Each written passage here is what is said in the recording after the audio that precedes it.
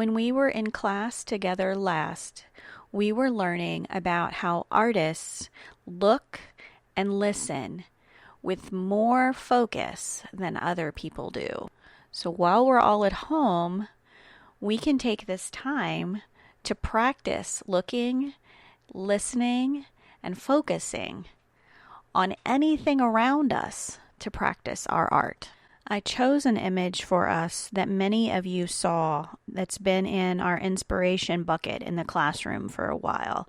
It's colorful and we'll use many of the markers in an 8-pack set of Crayolas. Our first step is to look at the proportions, to break this image down into the most basic shapes and sizes. This fall scene is broken down into thirds. The stream is the bottom third of the page. So with a pencil, you'll lightly mark where the thirds are in the page. And once you've done that, look at the kind of backwards S that this stream is making and just lightly draw that on the paper. All of these pencil lines will be covered with marker. So don't worry if you don't get it right. Even on mine, I had to draw things a few different times, and I just drew the one I liked the best a little bit darker so that I would know where I want my shapes and where I want the trunks of the trees. I didn't even take the time to erase it because I'm going to marker over all of it anyway. Next, you're going to take your markers. I'll start with the lightest color because we can't erase. We're only adding darker and darker color. So I started with the yellow, and I'm studying where there's yellow or a yellow-orange anywhere on the page. This painting is not meant to be photorealistic. It is more of an impression like we studied with Claude Monet. It's about blocks of color. I'm making little rectangles with the edge, with the fat edge of my marker. And I'm making my rectangles and my squiggle lines in different directions, just like leaves are. This is like the flower that we did before. They're not all facing you, they're going in different directions. So we're going to make our squiggles and our rectangles in different directions. You'll study where the green is and make some blocks of color, leaving some white in between your marks so that we can blend, just like we did with the oil pastels.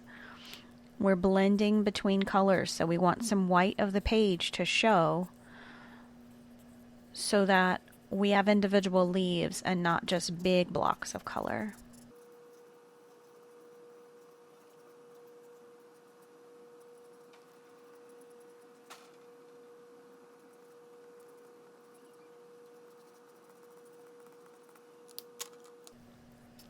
Now you'll see I'm putting an orange in the white next to the red, and that's allowing the red and the orange to mix because some leaves have both of those colors, so we want to break it down a little bit. We're also putting some orange next to green, yellow next to green,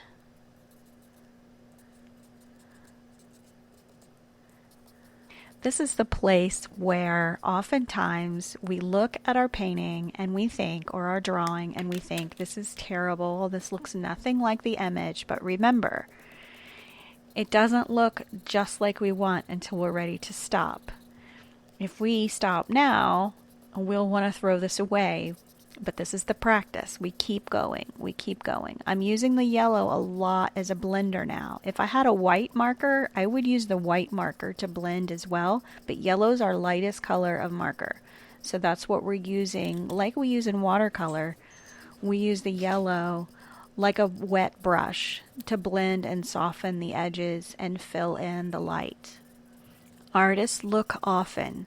So I'm looking at that inspiration image more than I'm looking at my own paper. That is a number one trick of artists who are using an inspiration image. You want to always look back at the image. Otherwise, you're painting what's in your head, not what's on the paper. And our minds try to trick us. What does a stream look like? Well, a stream can look very different in our head than the one that's on the paper in front of us. So make sure you're looking at those shapes. I'm using purple as the darker color first because I can always make it darker with black or brown, but I started with purple. The purple is a great color because it's the opposite on the color wheel to the yellow. So we're using it as our shading, our darker pieces.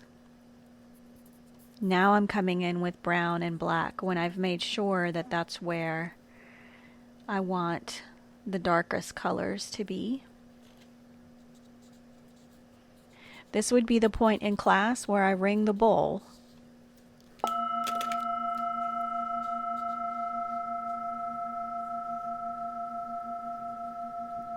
I wish I could hear all of you go,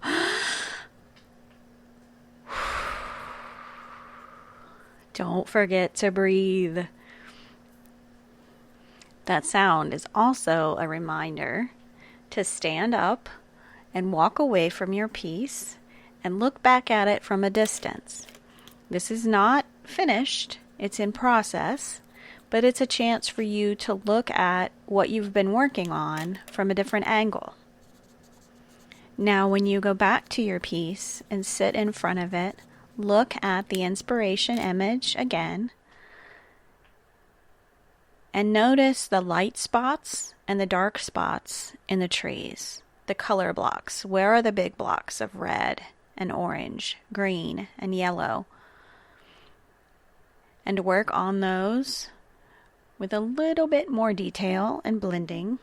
The area in the water is very tricky. I am not happy with mine, but I did not give up.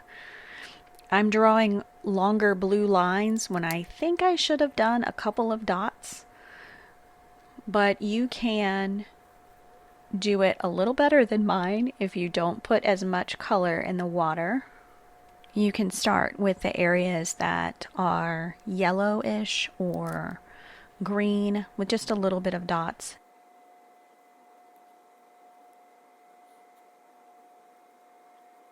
I used a really small paintbrush and a little bit of water. You could even put water on a paper towel and just dab it on the top to blend the marker in with the white paper, but don't push too hard because if you're using copy paper, it will begin to tear or fall apart. I just keep going back and forth, looking at the trees, the limbs, the darker areas, adding the darker pieces up in the trees and down on the shoreline. None of what we're doing is going to be perfect, and it's not supposed to. Remember, it's an impression. It's not a photograph. Hopefully you're having fun with it like I did, and hopefully you don't give up. I chose a fall scene and trees and water for a reason, because nature is very forgiving. You could build a fall scene like this that looks nothing like the inspiration image as long as you're having fun and learning how to use your markers a little bit differently and learning to look. Even if you get some areas right the way you want it and some areas are not perfect, don't worry, it's all practice.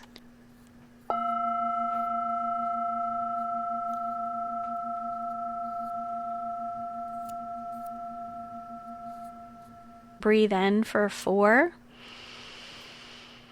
Hold for 7.